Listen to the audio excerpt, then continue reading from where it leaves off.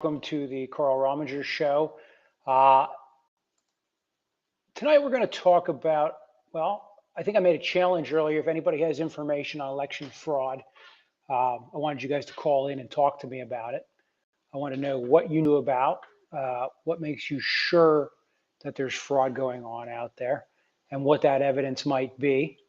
I have some ideas, but if you have any actual evidence, you want to bring it on, or you want to discuss what you think you know to be true, we'll see what we can find out. I'm calling that the election fraud grift. I'm also calling that Trump derangement syndrome, although I've been told I can't co-opt the term that you guys have already used to describe rabid anti-Trumpers or Democrats who go crazy about Trump. I've coined it to be people who can't find that Trump did anything wrong, as a form of Trump derangement syndrome. If I say Trump screwed something up, or he was grifting you to collect $250 million, the number to call in with all that information about the election fraud that you know did happen is 717-906-5319, 706. I'm like actual TV here. These things are falling out. 717-906-5319. So give me a call, 717-906-5319, and we'll discuss the fraud that you think you know about. If you guys will throw up a few chats, I always appreciate that. That way I'll give you a shout out and I know what's going on. We should be live on the air. You guys gave $250 million. I mean, maybe not you literally, but a bunch of you gave $250 million to Trump to help fight election fraud. And I want to find out what that was all about. I want to find out who gave how much locally, if anybody, and what you thought it went for, and discuss what it did go for.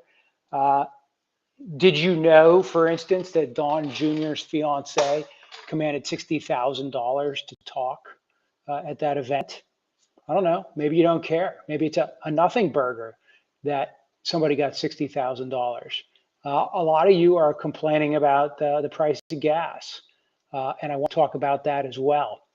I did a little digging, little research. Did you know, and again, I'm just going to throw this at you, we're at 12 million barrels a day, which is the highest we've been since March. Under Trump, we hit almost 13 million barrels a day for a couple of months. When he took office, we were doing substantially less oil than we were doing now, yet prices are super high. How can you explain us being down only so much oil and the prices being so high? Well, Tucker Carlson finally brought a guest on, I think from Manhattan Institute or somewhere like that, who started to echo some of the things I've been saying on this show now for about a month, which is the Jones Act, which is, we talked about ethanol, and that's been fleshed out on my Facebook page, and those issues. So we know, like I say, we know that there are plenty of additional causes of oil's high price, fuel's high price, and I maintain its refinery capacity. And it's the fact that Wall Street doesn't want to cheapen your oil because it's good for investment returns.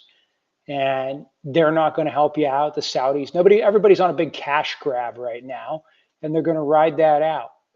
But any of this stuff you hear, like for instance, it's the leases. Biden won't give new leases.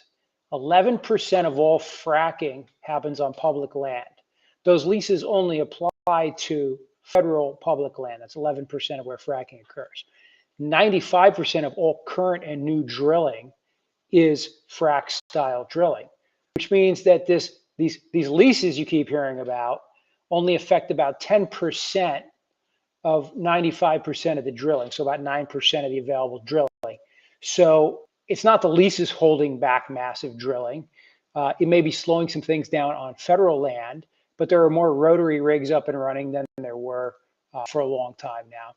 So again, the reason your oil prices are so high is not Joe Biden and this FJB that people like to post whenever they're confronted with anything, like the fact that the U.S. was a net exporter of petroleum in 2021, not a net importer under Joe Biden. they throw their hands up in the air and say, "Oh, FJB, way to go, Brandon." Those are great sound bites, but they don't do anything to make you sound smart, and they don't do anything to help you understand why things are the way they are. Why are the things the way they are? Partly Democrats' fault. Long-term environmental policies signed off on by Republicans. So let me give you two examples.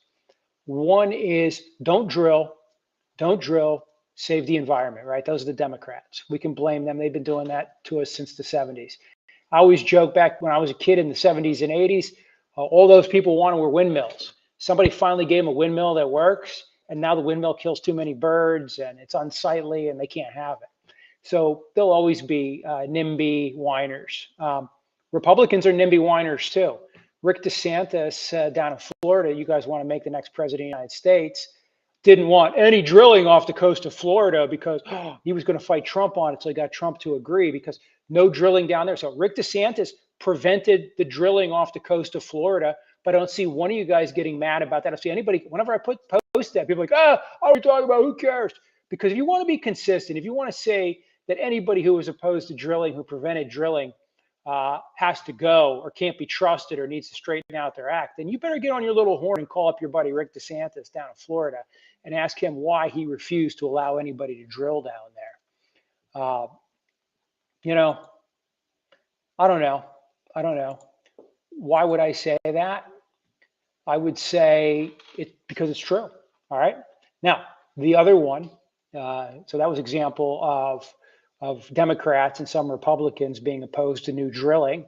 The other area where Republicans are the leaders, as opposed to the Democrats, are in the Farm Belt with the ethanol and renewable energy credits and RINs and all these sorts of things where refineries have to pay big bucks to either use ethanol or not use ethanol and pass all that made up cost onto you. But there's not a Republican in the Midwest. There's not a Democrat in the Midwest. There's not a senator or a rep from the Farm Belt who doesn't think that's the greatest thing since sliced bread. All right. So it's a bipartisan problem. And the lack of infrastructure and the lack of participation in infrastructure and the lack of anybody coming in and building out the refineries. Now, some of you will say, oh, well, but Biden killed the Keystone XL pipeline. No, he killed phase 5, the Keystone XL pipeline. Most of the pipeline's up and running. That would have brought about another 500,000 barrels per day of crude oil down to the Gulf, which was for export. It was for refinement somewhat and export. Remember, we export tons of oil from the United States. In fact, we exported last year, 2021, I think it was 8 million barrels per day, give or take.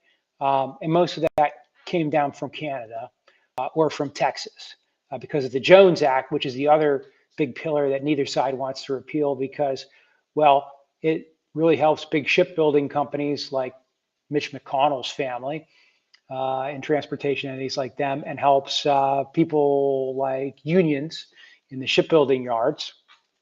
So none of that stuff's getting fixed. But I was pleasantly surprised, and you guys know I hate Tucker Carlson. I was pleasantly surprised to see on his show the other night that he brought somebody on to talk about these things. Now, why did he bring somebody on to talk about these things? I think they're getting the message that it's not just FJB, let's go Brandon. It's a whole bunch more moving parts. Plus, later, someday, when somebody says all he did was rail against Biden and missed the 10 other actual things, he'll pull that show out of the, dust it off and say, oh, no, I was on to this stuff. But I would, hope to think that perhaps my presentation from a few weeks ago is circulated to the point where Tucker finally found out about it, which would be completely delusional on my part. So, but hey, we're all delusional, right? Because election night, I got this. Let's talk about election night delusions for a minute. I've got this gal, right? And I don't know if you guys are getting the chats or not. I don't know, because I always wonder about this system, if everything's working copaesthetically or not. I know the feeds are up, but maybe I should double check that, right? See if in fact our feeds are up here. I never know because I have to do 3 things at once here. I sort of like the producer, the director, and the writer of this show. and unfortunately also the on-air talent for you guys. Yep, Don Stevens says, yo, he's up. All right, good. I'm getting chats on here. Now, I just need a little feedback so I know I'm alive. You know, my 3 listeners, at least one of them has responded. So where I was going with the delusions, hey, William. So I got Don here. I got William here. Proof, right? Oh, William's on. Oh, wow. I actually got somebody watching on the YouTube. Okay. Anyhow, yeah, there you go, Will. That's like Don. He's Donald Stevens. He's the man. Very, very legendary. Father of Apple. So anyhow, not Apple like the computer. That'd make him Steve Jobs, not Don Stevens. Yeah, I'm on YouTube too, Don. Of course, I'm everywhere. I'm nationwide. Isn't that the song? Anyhow, I was getting to this point of delusional, right? We just make up election fraud. Well, people are saying things like, well, you don't understand, Carl. I was watching TV in 2020 and things were different than any other year I ever watched it. And I'm thinking like, well, I watched it in 2020 and I remember staying up all night and Florida never got declared. It was the strangest thing. And then it turned into a big Supreme Court case, right? 20 years before that. So I don't think anybody watches a presidential election expects it to go completely like every other year or every other election before it. But as the elections get closer and tighter, we've had a few big horse races, you're going to see later and later into the evening, right? People are like, oh, but you don't understand. They stopped counting in all these key states at the exact same time. How do you know that? Where do you get that information? When I ask people to source it, they can't source it for me. I watched a video a friend wanted me to watch, and they're like, yeah, the workers were putting ballots away because they thought they were supposed to put the ballots away, and they were told they had to stay, so they got them back out. All investigation, no fraud. It was just a short clip of video that somebody showed and made it sound like with a voiceover some fraud was happening. Well, maybe you've seen it. Maybe you're sure fraud was happening there. But I've challenged you guys, right? I've challenged folks. 717-906-5319. 717-906-5319. And just call in. I'll put you on the air, and you can tell me about the election fraud that you saw on the night in question, right? You can tell me about the election fraud you're aware of through your aunts, uncles, cousins, dog's nephew, if you want. Obviously, we'll assume the quality of that allegation might be subject to dispute. But I'll give you an example. So if you're saying to me, we watched this for the first time and we've never seen fraud like that before. We do. Don says we need to get Olander on the air. That's Ron. Ron is a constant commenter on my Facebook. He just might be shy or has better things to do than to watch this show. And William, by the way, thanks for tuning in. So what I would tell you, they're saying, okay, so I watched this stuff and I'm sure that there was fraud because it was different. And I watched the election on a television, like people did. And I am pretty certain from my spot in front of the TV, I couldn't see all 50 states, let alone all the precincts in all the jurisdictions. So I guess at one level, massive fraud could have been occurring without me knowing about it because I had no ability to see what was going on in almost every single election site in the country. On the other hand, nor could you, if no fraud was going on, keep your eye on all these election sites to see that no fraud was going on, because we don't see everything that's happening. It sounds so obvious, right? But when people start telling you a story that from the news coverage somehow, or from what was happening on election night in the comfort of their living room, they knew everything was different and they were sure everything was different. So here comes Vance. What do you got to say? They did not put them away and then get them back out. They were put under the table when the table was put there in the early morning.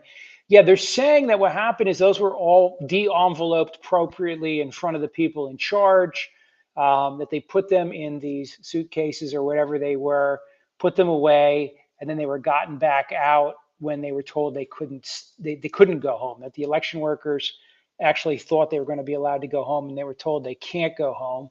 And when that happened, they disappointedly had to go back to work. Now, can I accept that explanation? Sure. Is it possible that explanation's a dirty lie? Oh, sure. Listen, it's really hard to drive to work in the morning on Interstate 81 or down any road if you just assume that everybody's trying to crash their car, okay? there's this really weird thing called social trust, where we just assume that everybody else is trying to get to work and stay alive on the highway. And it turns out that doesn't always work out right, because you go out one day and some crazy person crashes their car into you, or somebody tries to commit suicide by holding up the mini mart and then charging the police, or a million other things happen where people don't act rationally. But the reality is most of the world is acting rationally most of the time. And so if one election worker somewhere doesn't do their job right, or two election workers somewhere don't do their job right, or there's a little error here or a little error there, that will happen. But the people know. For instance, Trump's own team has testified under oath that they told the president that didn't appear to be any fraud. People have combed through the numbers and can't see any sign of obvious fraud.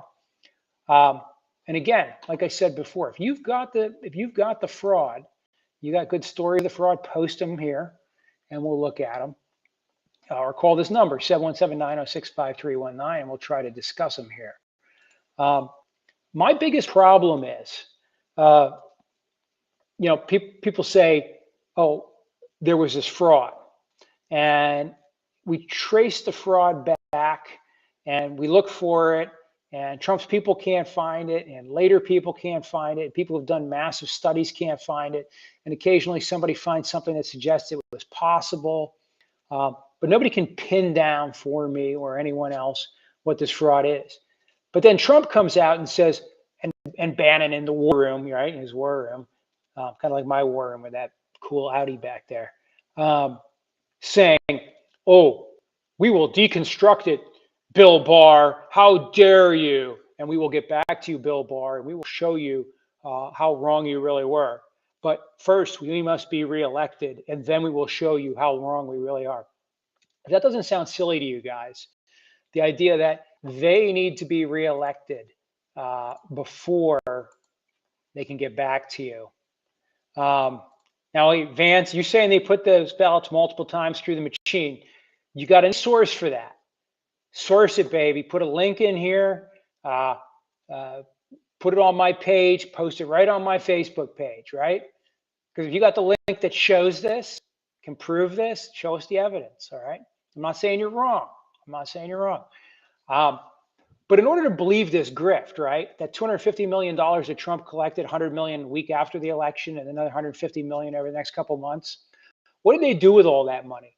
Well, they must have hired teams of private investigators, and they must have hired teams of lawyers to prove this. Well, maybe they did, because they filed 60 plus lawsuits, and a bunch of Republican judges and a bunch of Democratic judges, but a bunch of Republican judges, even ones appointed by Trump, kept throwing them out of court either for lack of standing. I mean, you're not the right person to bring this suit. And we'll give you kids a little inside baseball here. What do you think a lawyer does when he represents a client who doesn't have standing? Okay. Ooh, I'm going to answer my own question. He or she finds somebody with standing who's a friendly, right, or friendly enough, and co-ops them to bring them on board as a litigant. So a lot of times you'll notice lawsuits might have like the chief of police and Bob Smith, deputy, and Bob Smith in his individual capacity, and Sally Sue, concerned citizen from the township, as plaintiffs in a case alleging that something's being mishandled with the police department. And they do that so that should the township or the police department or somebody claim that there's some kinds of standing issues, they'll be like, well, the chief has stand because, and Sally Sue's a taxpayer, so she has taxpayer standing, and the deputy's an employee, so he has an employer-employee relationship that creates standing.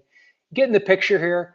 If you have a real colorable claim, you can always find somebody with standing. It's very rare that you have no one with standing who's going to put their stamp of approval on the lawsuit, unless, of course, the people you went to who might have standing, who might be friendly to you, are just like everybody else. You're like, no, there's no evidence. I'm not signing my name to something that will cause me to get disbarred. I'm not signing my name to something that causes me to get sanctioned. A bunch of these lawyers have been sanctioned. Can you guys see where this is going? Can you see the grift here, right? So they got booted for standing, got booted for lack of evidence. But now suddenly, with all that $250 million in their pocket, they're going to come back and they're going to prove what really happened. But first, you've got to elect them. So remember, George Carlin does the stand-up routine. I really like George Carlin. God rest his soul, right? He says, he's omnipotent, he's everywhere, he's all present, he'll strike you dead, he loves you, just describing God, and then says, but by the way, he needs your money because despite all those powers and all that majesty, he's really bad with money. Of course, my delivery isn't anything like Carlin's. But what George Carlin was pointing at is kind of like how I feel about the Trump situation. If you give me more money, if you give me more time, I will do all the things I couldn't do with the first $250 million. But by the way, when I don't deliver, I'll simply keep saying I'm being blocked by the deep state. Bill Barr, who I appointed, turned out to be a deep stater. Bill Barr's replacement, who I appointed, turned out to be a deep stater. Jeff Sessions, who I appointed, turned out to be a very bad man and not good because he didn't do nothing about that Comey. Rex Tillerson, who I appointed, didn't do a good job at State Department. That the guy I appointed as a Secretary of Defense or National Security Director turned out to be a deep state member, and I was fooled yet again. My daughter Ivanka really wasn't paying any attention to the election now that she says that maybe she kind of agreed with Bill Barr, so she was just checked out. Everything has an explanation, a plausible explanation that leads to you needing to vote for them and give them some more money so they can unswamp the swamp. Well, what's the swampiest thing of swampness? Giving $60,000 to your daughter-in-law to appear at a speech that was so important. We have to stop the steal. We must have this rally. We must storm the, I didn't say storm the Capitol, did I? But we must have this rally. We must get you to DC. Something wild's going to happen. But by the way, that gal needs $60K to talk for 2 minutes, and she's my daughter-in-law. And oh, maybe some of the money came from this other big money donor who was funding this event. So it didn't come out of the little guy's $250 million. It was partly funded by the big guy. But we all believe so strongly in this that we gave ourselves $60,000. What else did they pay to themselves? We'll find out, right? That's the grift. Just give me one more chance, baby, and I'll fix it this time. Oh boy, I'm waiting here. Don, what are you saying? Looks like Trump's endorsements are doing well in Nevada and South Carolina. That is true. Yeah, it still has clout in spite of the January 6th hearing. Trumpers don't care about facts, clearly. Well, it takes time. Remember, Watergate was around for a long time, right? Watergate was around for a really long time. And it took months and months for the public to catch up with what was going on. With the polarization like it is, and people, so, I'll hear guys say things like, and I don't think this is true of Vance or Donald or William, who we've got here today, because I know you guys. We may all disagree on certain things, but I think every one of you is willing to engage. I find nothing more fascinating when people are like, I just turned those hearings off because it was BS. I heard the first 5 minutes. The first 5 minutes were some statements, right? Did you stick around long enough to watch William Barr, Trump's handpicked AG? Did you stick around long enough to watch the son-in-law and the daughter talk about what they knew? Did you stick around to watch all the Republican lawyers say? How about Jason Miller? Jason Miller, who regularly appeared on CNN as a Republican and Fox News as a Republican and worked for Donald Trump. So Jason Miller's now part of the deep state because with his little mask on, remember he was wearing a mask on the video at the hearing, with his little mask on, he was lying suddenly. Again, just remember, this is the arc. You're with us or you're a deep stater. And then you were with us and then you became a deep stater. If you're a family member, you were with us, but then you checked out, we won't call you a deep stater. If you're not with us and you're one of our donors, we just need $9.99 and we are going to put it into the official election defense fund. And with all that money that we gather from all you retirees down there in the villages in Florida, yeah, I'm looking for a Vance. I can't see it here, but we'll find it and I will attach it. I will attach it to this video when it's over. And we'll talk about it on the next airing if we have to, because if you've got something, that's what I'm telling people. You've got some stuff, let's see it. But anyhow, back to, if we took your money and we used it to convince you that there was fraud, we told you there was some fraud, we got your money, we ran some more ads on fraud. You're with us or you're with the terrorists, right? Well, that's always how it goes, right? You're either with us or you're against us. You want to make this easy or you want to make this hard on you. Um, my problem with Trump and these guys, and I have no problem with Trump up and until he refused to stand down after the election and give over to the orderly transfer. And that's one of the other big bugaboos I hear. People are like, there's no way 80 million people voted for that Joe Biden liberal scumbag. Okay, let's break that down for a second. Your proposition is he couldn't have won because of his politics, right? But you're always telling people that you need money to fight the liberals before they take control because there are idiots out there who will vote for them, right? Or else you wouldn't even need campaign donations if nobody in their right mind would ever vote for a liberal. So that's number one. Number two, there are areas of the country where liberals always win. AOC, and I would love to have her on the show. AOC is not my political favorite in everything she espouses. But somewhere, a majority of the people in her jurisdiction keep sending her back to Congress because they think she's spicy. She's perfect for them. They love her, right? Right? And they'll vote for her again because they love her. You think they would vote for Donald Trump in her jurisdiction? Oh, but Karl-splains has to be an aberration. That's just one really big group of dumb people who have a higher income on average than the people in my community. Oh, yeah, okay. Or how about they just have a different way of viewing the world than you do, rightly or wrongly? And in America, our founding fathers recognized that every state would want representation, and we wouldn't even need representation if everybody agreed on everything. Hell, we wouldn't even need a democracy, right? So in the meantime, Marjorie Taylor Greene, I think is a complete nutbag, right? Who's about as ignorant as the day is long. Give me a break, right? But you know what? Some people from Georgia or wherever the hell she's from, South Carolina, I don't know, somewhere with a banjo, I'm sure. I know, I'm stereotyping. Yeah, terrible, Carl. I know. Anyhow, I'm going to catch flack for that. Trust you. Marjorie Taylor Greene is down in some rural area convincing everybody that she's the cat's pajamas, right? Because she knows how to shoot a gun and skin a cat and run a trot line and all that good stuff. And she's a Christian and she believes in God and she knows that them liberals are trying to strip us of all our rights and all our God-given everything because they hate America and they hate God. Hey, that's what the people down there want to hear. That's how she gets into office. So if we go all around the country, it turns out about half the people want a Marjorie Taylor Greene and about half the people want an AOC.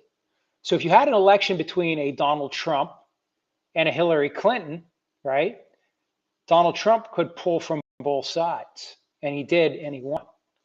But 4 years later, when Donald Trump has wrapped his arm around Stephen Miller, the INS racist in chief, as I like to call him, and talked about, wanting to get more immigration from white countries. Maybe he didn't say it that way, and has done some other things that may have driven some people away from him. Maybe just being president is always not helpful because you can't live up to all your promises.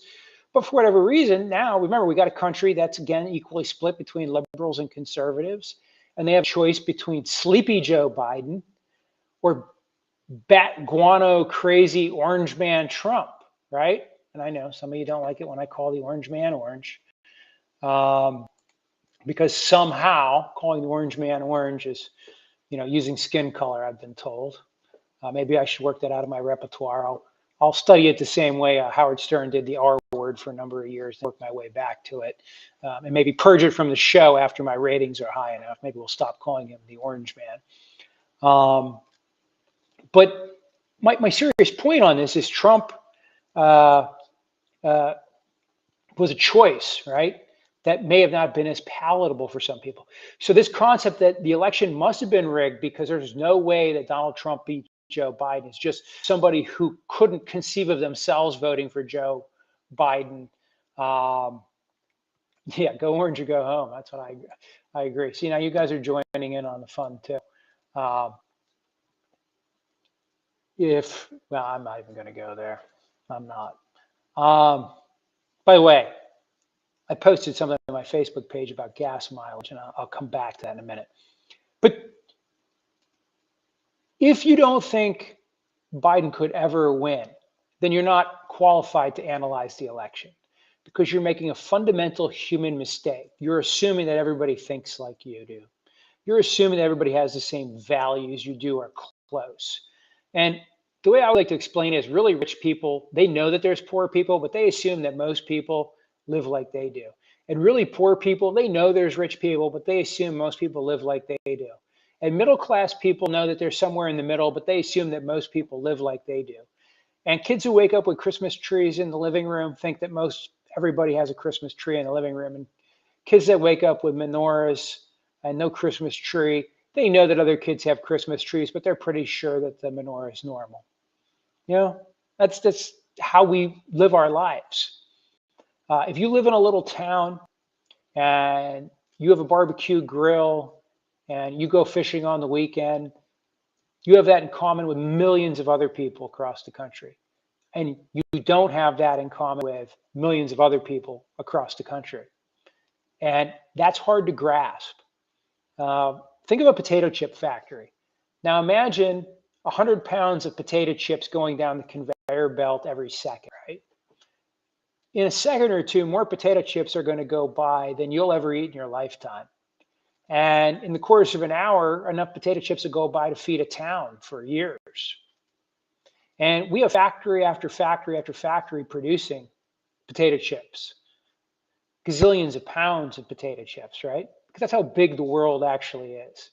So if you think you have a lot in common with a lot of people, you do. But remember, you don't have a lot in common with a lot of other people too.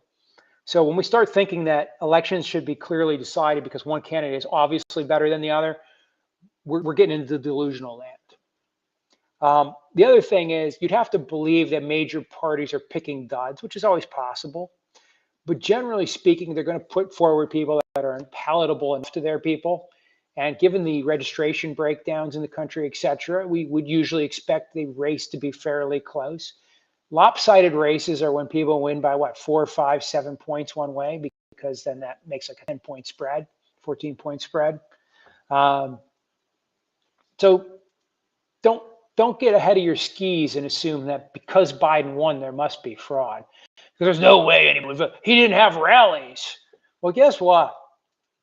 There are a lot of people who voted for Trump that never went to a Trump rally. In fact, if all the votes got were people that went to Trump rallies, all right, now, kids, bear with me for some math here for a second. Again, just getting this perspective right. If Trump did one rally a day, right, one rally a day for 365 days, that'd be 365 rallies, and 10,000 people came to each rally, right? That would be 3.6 million people. So if he had 10,000 people at a rally and he did one rally every day, that's all that voted for him. All he would have gotten was 3 million votes, which means because he got so many more votes than people that were at his rallies, most people who voted for Trump didn't go to a Trump rally. Most people who voted for Trump were never at a Trump rally. In fact, a giant majority of who voted for Trump never went to a Trump rally. Think about it. So why would it make a difference if Joe Biden held rallies? Well, I couldn't see the enthusiasm. It's just impossible. No, you're missing the point. You couldn't see the enthusiasm in most people. On the other hand, if he'd gone out and run kind of, they don't line the highways for miles when Biden comes to town. Who cares? That's not a measure. That's not a measure. So let me give you an example. Okay. They put this movie out. What is that? Downingtown Abbey or something like this, right? The old British people, the king and the queen come to visit downstairs and the helpers are upstairs, right? I never heard of that. It's sold big. Those people don't line the streets either. They're like little old people, middle-aged wackos and Anglophiles and probably Don Stevens. And they all go to the movie theater when that movie came out or bought it online or whatever. On the other hand, when one of these crazy NASCAR drivers comes down through Carlisle, I drive down 81 and I can see all the NASCAR fans out on the bridge. But I assure you, the fact that I don't see football fans lining the bridges doesn't mean that there are more NASCAR fans than football fans, or vice versa. Um, Truckers, yeah, truckers for Trump. How about the Teamsters? A lot of Teamsters are truckers. I don't know if the Teamsters broke for Trump or not. So again, are truckers for Trump? I know a lot of truckers. Sitting right here at this desk, I talk to them every day. In fact, I was just down in Gettysburg with somebody from a major trucking company who's a driver trainer. And he's been watching hearings and laughing his butt off, calling Trump the grifter in chief. And he's a driver and trainer for a large transportation entity. Because he's a trucker, am I supposed to have assumed? Honestly, I did assume he'd probably be a Trump fan, so I was sort of surprised when I saw him talking to a woman that I know to be a Democrat at that event, and explaining what a douchebag the Orange Man was. So again, you can't base it on what you think you see or what you believe. You got to base it on what happens. Now, of course, it could have just been massive fraud brought upon us by the Illuminati and the secret society and the whole 11 other yards. But I'm gonna wrap this show up tonight.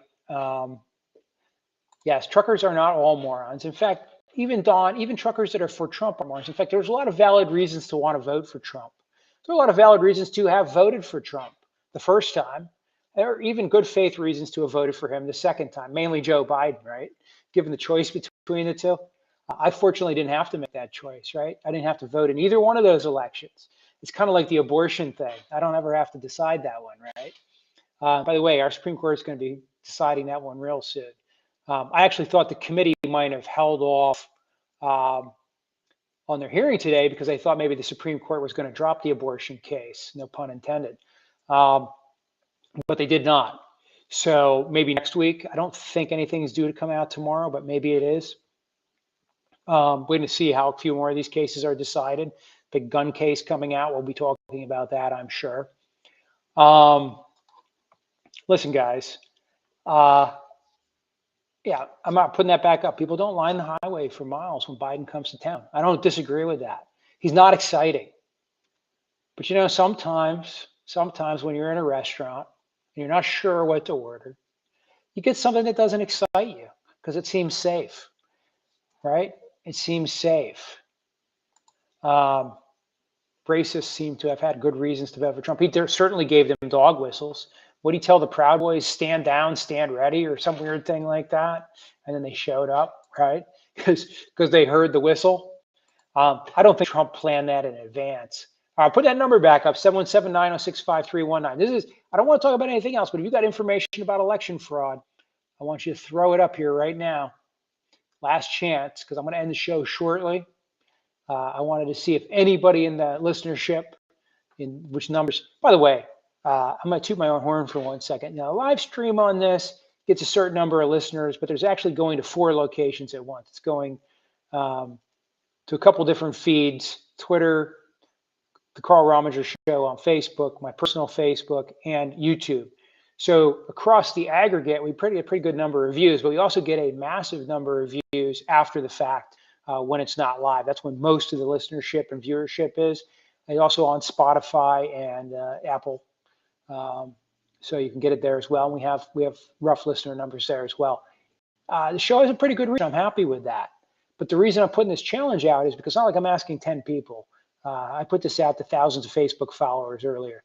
I think what's funny is everybody has an election fraud story that's like a third-hand account. And that's the problem. We don't really have any great, oh, wait, somebody's taking me up. Josh is coming on. Josh. I got, all right, Carl. You ready to talk election fraud?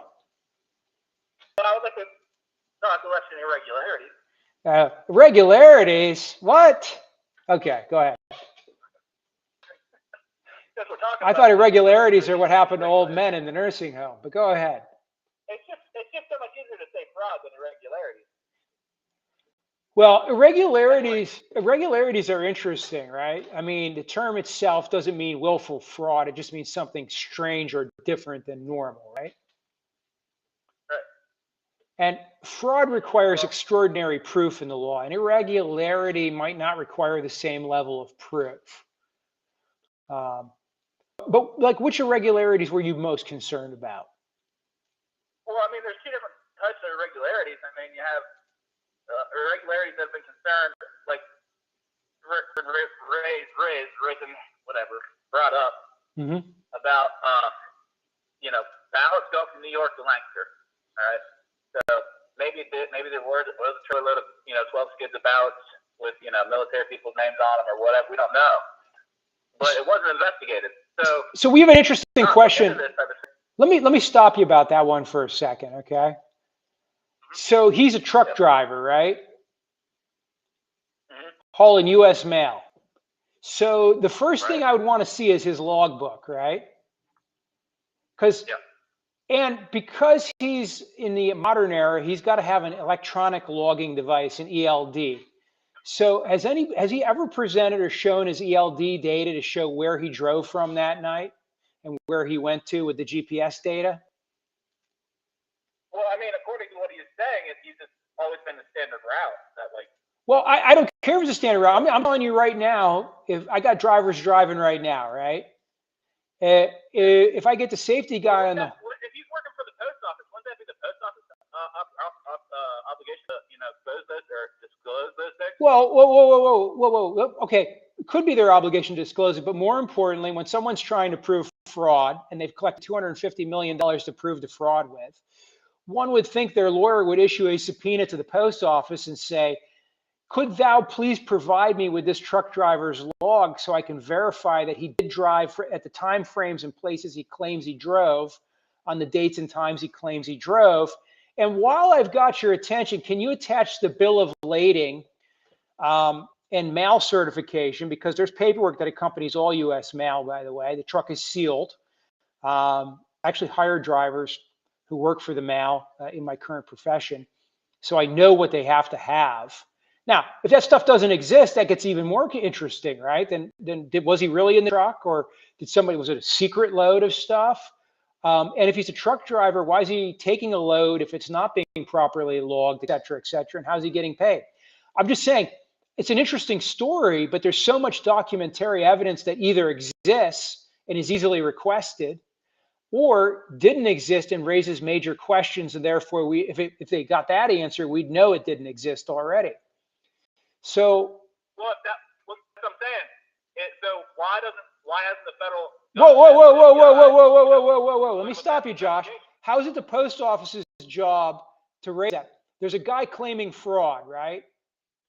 There's a driver who says there was a fraud, and there's a campaign that collected $250 million to investigate fraud. And you're telling me they just ignored that claim and never investigated it? Then what the hell did they do with that $250 million? I'm telling you what happened. Buddy, read between the... It's a pretty lavish story with a lot of aspects to it. With documentation would either back it up or dispute it. And a lack of documentation might tend to prove it. But what I'm trying to tell you is, if that stuff existed that showed he was truthful in everything he said, right? Who would be waving that around in the air right now? Trump or Trump's people. Why didn't they bring it to court? They keep saying judges threw him out and it wasn't fair, but they had $250 million. They brought a lot of their lawsuits together in New York or whatever, right?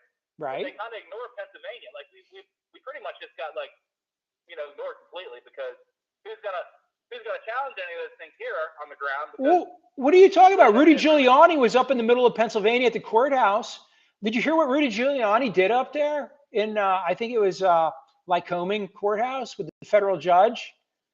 Seems to be very ill-reported upon whatever Rudy Giuliani does. So, well, what Rudy was doing up there, besides, that was the day the hair dye was draining down his face, okay? That's kind of a famous day. The hair dye sort of took over.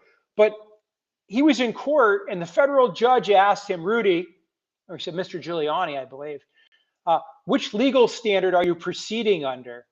And you know what Mr. Giuliani said? Why, the applicable legal standard, Your Honor. And the judge said, well, I understand there are several applicable legal standards. Which one do you believe applies to this case? And he said, the applicable one, Your Honor. You know why he said that? Because he didn't know the three basic constitutional legal standards to correctly cite which one he wanted the judge to apply. How does that happen? Because he's out of his frickin' gourd. He was probably drunk. I don't know. I don't know what was wrong with him. But if that's what you said to court, how do you expect to win when the guy, Josh, how can you expect to win a court case if a lawyer walks into court and can't tell the judge what legal standard he is proposing the court uses? That's like asking a third grader his ABCs. I can't tell it any other. Listen. Okay, wait. I haven't been in court, Josh. I'm gonna filibuster you for. I'm gonna filibuster you for 1 second. Wasn't there another lawyer besides Rudy Giuliani running like 6 different states investigations or whatever? Well, like why was he like the only guy like doing anything? Okay, well let me ask you a question. Trump had $250 million he collected for this purpose, right? Where were they spending it? Where was the money going? They should have been spent at the local election board reviewing election records. You know where they spent it? It looks. We think we know where they spent it. Kimberly Guilfoyle got $60K of it. $100 million of it went to Trump's PAC or something like this for whatever purpose that was, and none of it seems to have been spent on actually investigating the elections. And that seems pretty obvious when they show up in court with no evidence, with nothing to show or nothing to say, hey, judge, here's why we need more time. And I'm not trying to be a jerk, but I think part of that is because historically, there's not a few people that ever challenge elections or even look into election records or whatever. So to have like an understanding of how it's properly conducted on a okay. A speculation type situation. So I'm going to give you. Josh, I haven't litigated a case in years. Okay, so I'm going to try to remember this. There are 3 legal standards to constitutional questions. One's called the rational basis. That means that the legislature or the government need only have a rational basis for what they want to do, and it doesn't even have to be right. It just has to be a rational explanation. That is the lowest level of scrutiny. The highest level of scrutiny is strict scrutiny, and the government must show a need for what it wants to do, and no less restrictive means is available. And then there's the intermediate standard, which is in between, which implies the government has to have a goal, but it doesn't have to be the only way they can do it. And the government just has to show kind of a cost-benefit analysis, and they should succeed. But it's in between the rational. Those are the 3 constitutional standards. Okay, I learned those in my first year of law school. There are things that when a lawyer is asked which constitutional, when you go into a court case for a constitutional matter, you should know the 3 levels of scrutiny. More importantly, you should know cases that talk about the electional scrutiny. Now, in reality, there was a local attorney named Mark Scaringi on that case, and Rudy and Trump fired Scaringi, I'm told, or removed him from the oral argument or whatever, and I could be corrected here, but I was told that at the 11th hour, when the lawyer who had prepared or was most knowledgeable about the case was ready to go into court, Trump sidelined him and sent Rudy in. Whose fault is that? Is that the deep state? That's what I'm getting at. Is that the deep state at its best? If you're actually trying to investigate a particular scenario, you would put people individually in charge of those tasks. Right. So how is Rudy handling all these cases? Right. He can't. The whole country on Rudy's shoulders. Right. But now let's back up and explain how that actually happened. That actually happened because from the very beginning, all the lawyers in the White House were telling Trump there was no election fraud. All the lawyers from the DOJ, except for the one guy who wanted to become in charge of the DOJ, were telling Trump they couldn't find anything. All the states were telling Trump they couldn't find anything. And all the big law firms who handle election law matters refused to sign off on it because they didn't want to lose their law licenses, like Rudy and a few of the other lawyers did for bringing forward fraudulent information. So the reason why Rudy had the weight on his shoulders, quite simply, was because nobody else wanted to touch it, because there was no merit to it. And that's the sad truth. But or is it they're afraid of the deep state? No. That's the self-fulfilling, this deep state, right? Bill Barr He's my new attorney general and he's the best man for the job. Oh, wait, he doesn't agree with me? Now he's a member of the deep state. The judges I appointed, listen, the judges I appointed were approved by the Federalist Society. The Federalist Society said, these are the judges, Trump, you appoint, they're on your list. I appoint all of them, 10 of them rule against me. I guess the Federalist Society forgot to check to see if they were members of the deep state. The deep state is like the fibromyalgia of explanations, right? I have undescribed pain, so I must have fibromyalgia, right? That's what the doctor tells you. It must be fibromyalgia. Well, the deep state is whenever we don't like the result, we didn't lose on the merits. We didn't lose because we didn't have a case. We didn't lose because we had the wrong idea. We must have lost because of a secret cabal of they, these imaginary people who are all plotting against me. But by the way, I can completely outplay the deep state if you give me more money and reelect me, because the next time around, I'll pick all the right people who won't turn out to be secret members of the deep state. Right? Isn't that really what Trump's grift is these days? Well, I think when he first got elected, he fired over like 100 people, kind of, and moved them along that were questionable in his opinion. So, who were working for him for all those years? Dealing with impeachment again, you know what I mean? Yeah. But what you have to look at is just one scenario, one question. Yeah. Trump makes a claim like there's 58,000 illegals that voted or non-U.S. citizens that voted in Texas. Okay? Right. And the attorney general says, I'm going to, I spent $22,000 looking for election fraud, but I couldn't find anything. So what the attorney general said is, with $22,000 worth of effort, I'm unable to locate a single, what's that from? Because we were out back running and doing chasing. Okay. All right. So yeah, I can't find a single illegal person that that voted in Texas. That was, maybe strictly because we have an open border. So that'd be like saying that our border is that secure, being open, that nobody would vote. Here's the problem. Texas is controlled by Republicans, right? So you're telling me that Greg Abbott and the lieutenant governor there and everybody else who are Republican, and they've been Republicans there for 20 years, A, have a system that allows illegals to vote potentially, and B, can't catch any of them at it despite. So that's like, again, like I guess all the Republicans in Texas are somehow failing Trump yet again, right? Because all Republicans are always failing Trump when they can't find it. If they actually did this $22,000 worth of research, there would be some type of, analyzation like, oh, we did, we looked for, in this area, looked along these counties that are along the border, and we checked all these records from all the. So I got good news for you. I got good news. I got great news for you. There's no problem. I know where there's $250 million we can use to try to find that fraud in Texas. We just need to take a little bit out of Trump's pocket. That's a very good point. I'm not saying that point's not valid. Right. At the same time, the other questions that have been raised along the line haven't been answered. Well, listen, the guy. Listen. Josh, I could raise a question like, Josh, prove to me that you didn't rob a bank in the last 20 years, right? You can't prove that to me because you'd have to account for every second of your whereabouts and show that you weren't anywhere near a bank robbery for the last 20 years, okay? It's not your job to prove that there was no bank robbery that you were involved in for the last 20 years. First, I need to bring forward some evidence of a bank robbery and a connection to you. And then I have to have enough proof that a judge finds probable cause, and then a jury's going to determine if there's enough evidence of it, and you'll have the opportunity to defend yourself and cross-examine witnesses and stuff. But you don't have to do any of that until I bring some stuff forward, right? And I have to bring enough forward. If Trump wants to show election fraud, he needs to bring enough forward to cause that inquiry to happen. And 60 judges told him no, 61 judges. One judge said, yes, you're right, Mr. Trump, but it didn't change the outcome after we looked at everything. Let the lawsuit go forward. There is, in our legal system. How could that be possibly made by a federal judge, that determination? Whatever those type of determinations have to be made by a state court judge.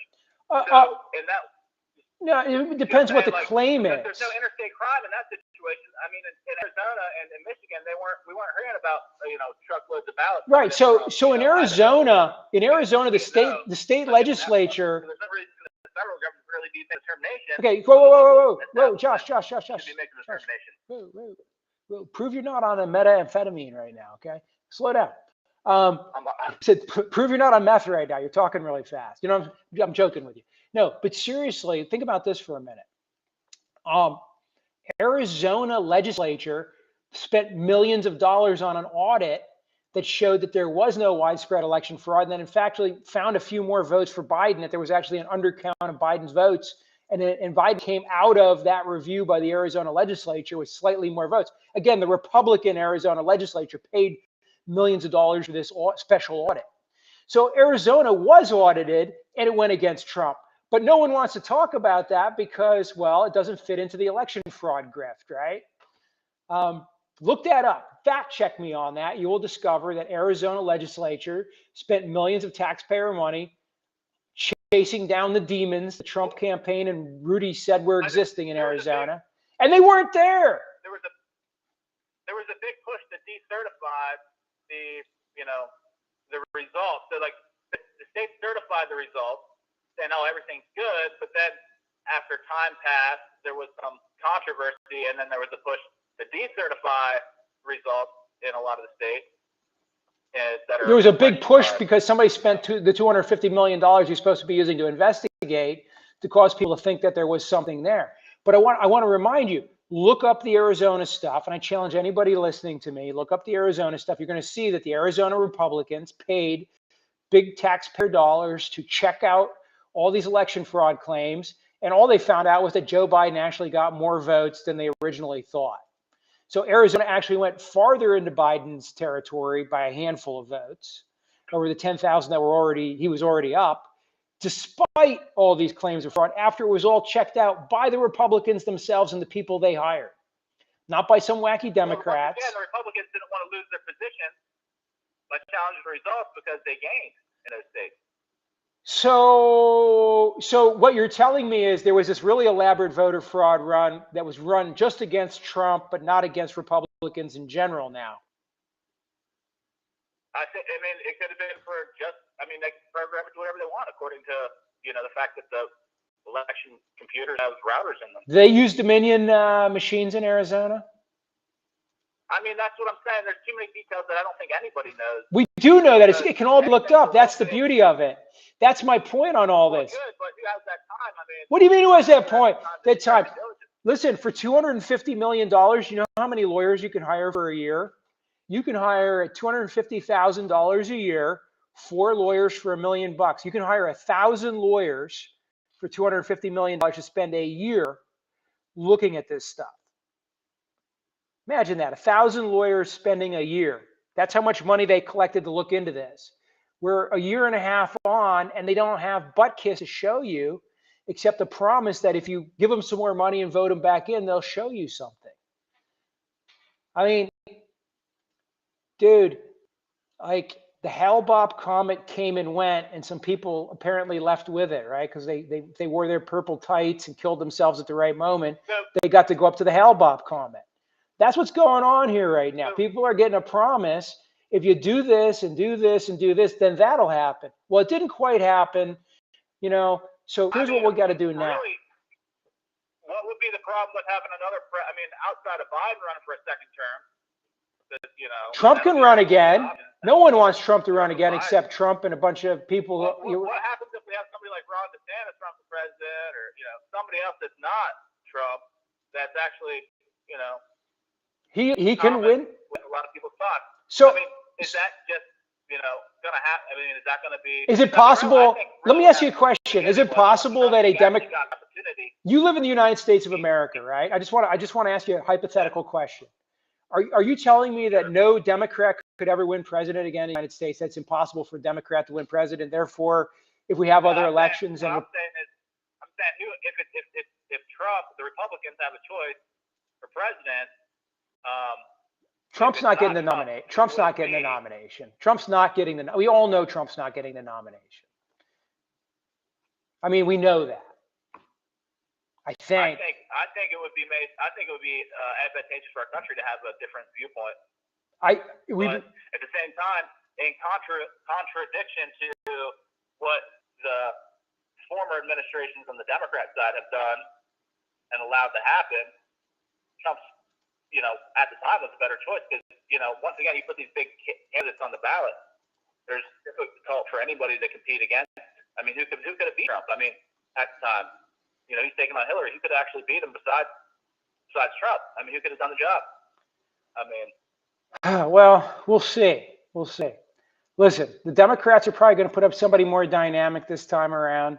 The Republicans are probably going to put up a guy like DeSantis, or if they really get smart, they're going to put up like Hallie Bar, the gal from the South, Hallie Bar. Was it what? Not Hallie Barber. What's her name?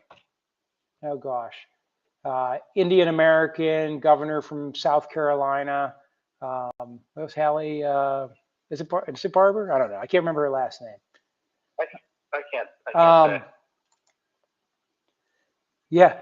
Anyway, somebody else would be, a breath of fresh air. I mean, the whole political process is so we can hear new people. Like, continually having somebody in office for 45 years and have to kind of rule under that kingdom is kind of, and be a slave to that kingdom is kind of like unfair to the process of, listen, elections. We live in this weird society where we keep, and I've said this before, we keep picking billionaires and 100 millionaires to run for both parties, right? There's no poor people running at the top. Nikki Haley, that's who we were thinking of, Nikki Haley. Thank you, Donald Stevens. I was saying Nikki Barr, I don't know why I say that. Nikki Haley. I think Nikki Haley would be a great choice, but she's female and her skin's not as pale as a lot of my Republican friends prefer their candidates, so that could be a big tripping point. I'm going to catch some flack for that, but that is. Look what they did to Kathy Barnett. I mean, it's all about what the mainstream media decides who they want to get behind. If you want to completely ignore somebody for like 13 months while they're out there, shaking hands and meeting people and acting like they don't exist until the election's over, then, those people don't have a chance. And those contributions that are made by those gigantic media companies are controlling our politics and in office. The guy who owns half the media in the United States is named Rupert Murdoch, and he also owns Fox News. So, you've got a few people that own CNN corporations. You got the New York Times. You've got the Dame Media. You've got Sinclair Broadcasting. You got a couple families that control U.S. media. Some of whom are foreign families. Some of whom are conservative, and some of whom are liberal. But once again, a few people control that filter. Josh, I got to go. I'm not filtered, but I do have to work tomorrow. This is just my hobby. So I appreciate your call, and I will talk to you probably Sunday. All right? Good work, Carl. Thank you, boss. Yeah, it is really just a hobby, right? If we can make this a business, maybe you'll know when it's a real business because I'll have my MyPillow here and my Giza Dream Sheets. Yeah, 95% of the media controlled by 6 companies. Thank you, Vance. That is the problem. That is the problem in America today. That sums it up right there. 95. Now, good news, we got this. We got to get more people involved. I also want to start getting guests on the show here. So if you know somebody you think would be a good guest, or you want to be a guest, Josh is my official co-host actually. But if you want to be a guest,